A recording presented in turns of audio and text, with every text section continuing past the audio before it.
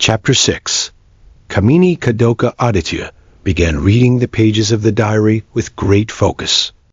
Every page seemed to peel back the scabs of old wounds. The letters in the diary appeared to be soaked more in tears than ink. Kamini's words seemed to narrate the agony of her soul. She had chronicled the last days of her life in that diary. Every word bore the weight of an ocean of pain and the bitterness of betrayal. Rajiv, you treated me like an object and sold me. Your false promises of love robbed me of my entire life. My wedding day, which should have been the most beautiful day of my life, turned into the day of my death. I was dressed like a bride, but that wedding night never came. Each line resonated with sorrow and complaint. Aditya felt deep sympathy for Kamini. But as he continued reading, he realized that beneath this pain lay another sentiment, a thirst for revenge. The words on the last page shook him to his core. I am a bride, but I never found my groom. Anyone who comes to this house as a groom will die waiting for me until my soul finds peace. This revelation made Aditya realize that this wasn't just another ghost story. It was the tale of a broken soul, cursed to fulfill her unfulfilled desires. Chapter 7. The First Encounter. The next night, Aditya decided to set up cameras in Shantiniva's. He installed motion sensors in the bridal room and sat in the adjacent room with his laptop. His plan was to record any unusual activity. At exactly midnight, the scent of roses spread through the entire house. It was the same fragrance he had sensed in his dreams. On his laptop screen, a figure began to appear. Kamini's blurry form gradually became clearer. She was clad in a red bridal sari, and her movements were strange, as though she wasn't walking on the ground. Her veil slightly lifted, and Aditya saw her eyes. They seemed to pierce right through him hollow, yet burning with fire. Kamini's voice echoed throughout the house. Aditya, why have you come here? Are you waiting for me? Aditya's heart began to pound loudly. Before he could respond, the door to his room slammed shut.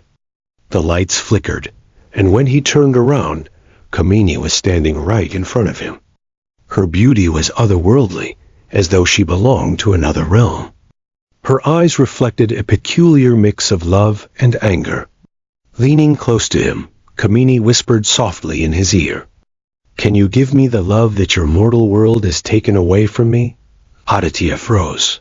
His mind and heart were both in turmoil. He wanted to push her away, but as soon as he touched her, her cold touch rendered him motionless. Suddenly, Kamini vanished. But her eerie, haunting laughter echoed throughout the room. Chapter 8. The Village's Curse. The next day, Aditya went to visit the village elder, Budiram. He knew the villagers were aware of the mystery.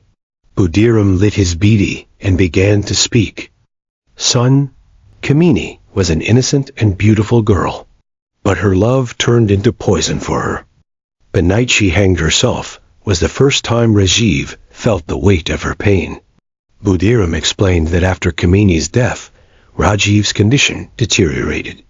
He constantly muttered about a bride who visited him in his dreams, saying, Give me what I deserve. Rajiv went mad and died within 10 days. But the story didn't end there.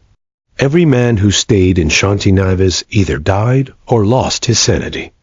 The villagers believed that Kamini's soul was consumed by the unquenched thirst for the happiness of her wedding night, which she never experienced.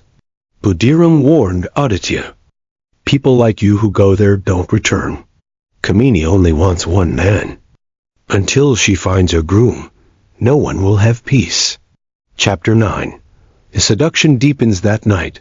Aditya returned to Shantiniva's. This time, he lit incense sticks in the bridal room and sat down. He began reciting ancient chants from an old book he had read. As soon as he finished the chants, a cold wind began to swirl through the room. Suddenly, Kamini appeared. This time, her eyes no longer reflected anger. She looked human. Her beauty was mesmerizing. Sitting on the edge of the bed, Kamini said. "Have you understood what I want, Aditya? I was a woman, a bride. All I wanted was one day, the most beautiful day of my life. But it was stolen from me." Aditya cautiously replied, "Kamini, what happened to you was wrong. But can you right that wrong by inflicting your pain on others?" Kamini's expression hardened. In a bitter tone, she said, "Right? I'm not asking for right. I'm asking for what's mine. You men always see women as objects. But now you'll understand the meaning of my soul." She leaned toward Aditya, her cold breath brushing against his neck. Whispering, she said, "Will you come for my wedding night, or will you meet the same fate as the others?" Chapter 10. Escape is impossible. Aditya tried to escape from Shanti Nivas, but he soon realized that the house was a living maze. The walls seemed to shift, and the corridors changed shape. Everywhere, he heard the sounds of wedding bells and Shannai. Somehow, he stumbled into a hidden basement of the house.